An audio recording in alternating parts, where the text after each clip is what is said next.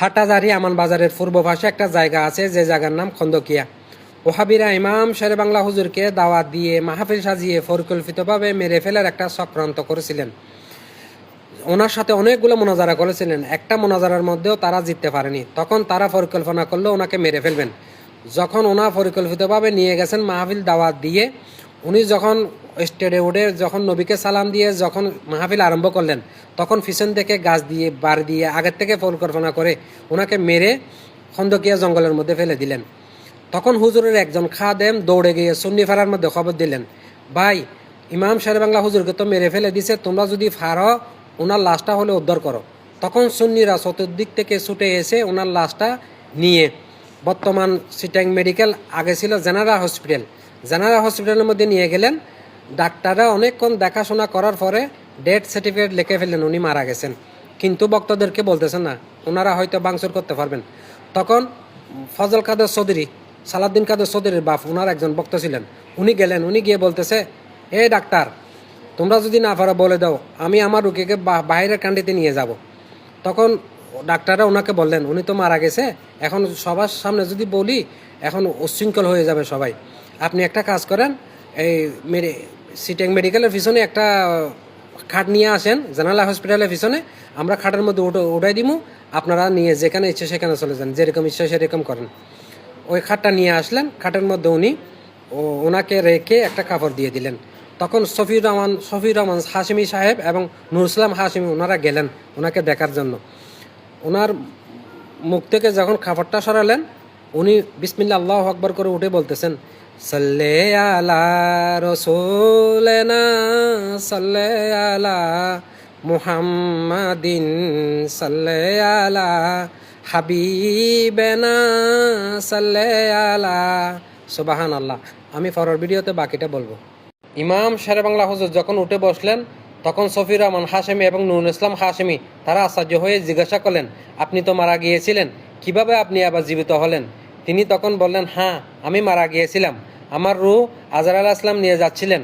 তখন মা ফাতেমা রাদিয়াল্লাহু তাআলা আনহা নবী করিম সাল্লাল্লাহু আলাইহি ওয়াসাল্লামকে সুপারিশ করলেন, বললেন, আমার ছেলে আজিজুল হকের আরও অনেক কাজ অসম্পূর্ণ বাকি রয়েছে, ওনাকে আরও কিছুদিন হায়াত দিতে হবে দুনিয়ার মধ্যে। তখন নবী করিম সাল্লাল্লাহু আলাইহি ওয়াসাল্লাম বললেন জিবরাইল আলাইহিস সালামকে, জিবরাইল আলাইহিস সালাম আমাকে এই মাত্র রূহ দিয়ে যাচ্ছেন, এবং মা ফাতেমা রাদিয়াল্লাহু তাআলা আনহা এবং নবী করিম সাল্লাল্লাহু আলাইহি ওয়াসাল্লাম আমার কামরাত থেকে এই মাত্র যাচ্ছেন। তারা দুজন কেঁদে উঠে বলতেন, হ্যাঁ, আমরা দেখিনি, তবে আমরা বিশ্বাস করতেছি, কারণ এই মাত্র একটা মেশক আম্বরের খুশবু আমাদের নাকের মধ্যে লাগতেছে, সুগন্ধি। সুবহানাল্লাহি ওয়া বিহামদিহি। তারপরে ওনাকে হায়াত দেওয়ার পরে উনি 8 বছর দুনিয়ার মধ্যে বেঁচেছিলেন। তখন উনি সুন্নিয়াতকে একদম জিন্দা করে দিয়েছেন, 200 বছরের জন্য জিন্দা করেছেন। সুবহানাল্লাহ। তখন ওহাবিরা আবার কিছুদিন পরে আবার আরেকটা প্ল্যান করলেন, নানুপুর ডালখাড়া দাওয়া দিয়ে নিয়ে গিয়ে ওনাকে মারার চেষ্টা করেছিলেন আবার। আমি ইনশাআল্লাহ আগামী আরেকটা ভিডিওর মধ্যে ওগুলো বলবো। বাংলাদেশে যত ওহাবি মাদ্রাসা আছে সবগুলো সৌদি সরকারের পয়সা দিয়ে চলত। তৎকালীন সব মাদ্রাসা থেকে সৌদি সরকারের কাছে চিঠি লিখলেন, বাংলাদেশে আজিজুল হক নামে একজন আমাদেরকে কাফের ফতোয়া দেয়, উনি অমুক তারিখ হজ করতে যাবেন, উনি গেলে ওনাকে বন্দি করে রাখবেন। ইমাম শেরে বাংলা রহমতুল্লাহ আলাই প্রথমবারের মতো হজ করতে গেলেন 1957 ইংরেজির মধ্যে। উনি এয়ারপোর্টে যাওয়ার সাথে সাথে সৌদি সরকার তাকে নিয়ে গেলেন মোনাজারা করার জন্য। মক্কা মদিনার গ্র্যান্ড মুফতিরা ছিল, তো ওনারা প্রথম প্রশ্ন করলেন, আপনি কি বাংলাদেশের মানুষকে কাফের ফতোয়া দেন? তিনি বললেন, হ্যাঁ, তবে সব মানুষকে দিই না, কিছু মানুষকে আমি কাফের ফতোয়া দিই। তারা বললেন, কি জন্য? তিনি একটা কিতাবের উদ্ধৃতি দিলেন, সে কিতাবের নাম হলো সিরাতে মুস্তাকিম, লেখকের নাম হলো ইসমাইল দেহলভি। ওই কিতাবের মধ্যে লেখা আছে, নামাজে নবীর কেয়াল দিয়ান আসলে গরু গাদার কেয়াল দিয়ান থেকে উত্তম হবে, নাউজুবিল্লাহ মিন জালিক। এগুলো বললেন এবং অনেকক্ষণ মোনাজারার পরে ওনার সাথে ফিরে উঠতেছে না। তখন তারা দুজন পুলিশ দিলেন, বলতেছেন, আপনি হজের খাস কাম সেরে নেন। হজ সেরে জিয়ারতে মদিনায় সেরে জান্নাতের বুকির মধ্যে একটা জায়গার মধ্যে তিনি জিয়ারত করতেছেন, যে জায়গার মধ্যে কোনো কবরের চিহ্নও নেই। তারা বললেন, আপনি তো শিরিক করতেছেন, আপনি বেদাত করতেছেন, এখানে কোনো কবরের চিহ্ন নেই। আবার মোনাজারা হলো। মোনাজারার মধ্যে বললেন, আপনি এখানে তো কবর নেই, কেন জিয়ারত করলেন? তিনি বললেন, এটাই হচ্ছে মা ফাতেমার কবর।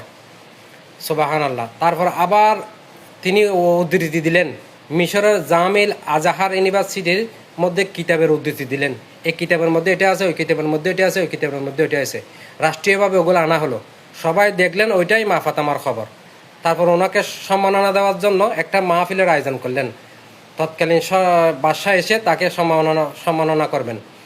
তো বাদশাহ আসলেন, সৌদি সরকার, তৎকালীন সরকার, সবাই বাদশাকে দেখে দাঁড়িয়ে গেল, তিনি দাঁড়ালেন না। তো সবাই প্রশ্ন করলেন, আপনি কেন দাঁড়ালেন না? তিনি বললেন, দুনিয়ার একটা সাধারণ বাদশার জন্য যদি দাঁড়িয়ে সম্মান দিতে হয়, আমাদের দুজাহানের পেয়ারা নবীকে আমরা দাঁড়িয়ে সালাম দিলে আপনারা বেদাত শিরিক বলেন। তারা খুশি হয়ে গেলেন এবং সৌদি সরকার একটা নোমাল দিয়ে একটা টুপি ফাবরির মতো করে ওনার মাথায় ফড়া দিলেন, বললেন, তুমি বাংলার শের আজ থেকে। ওই দিন থেকে শেরে বাংলার নামটা উপাধি। এবং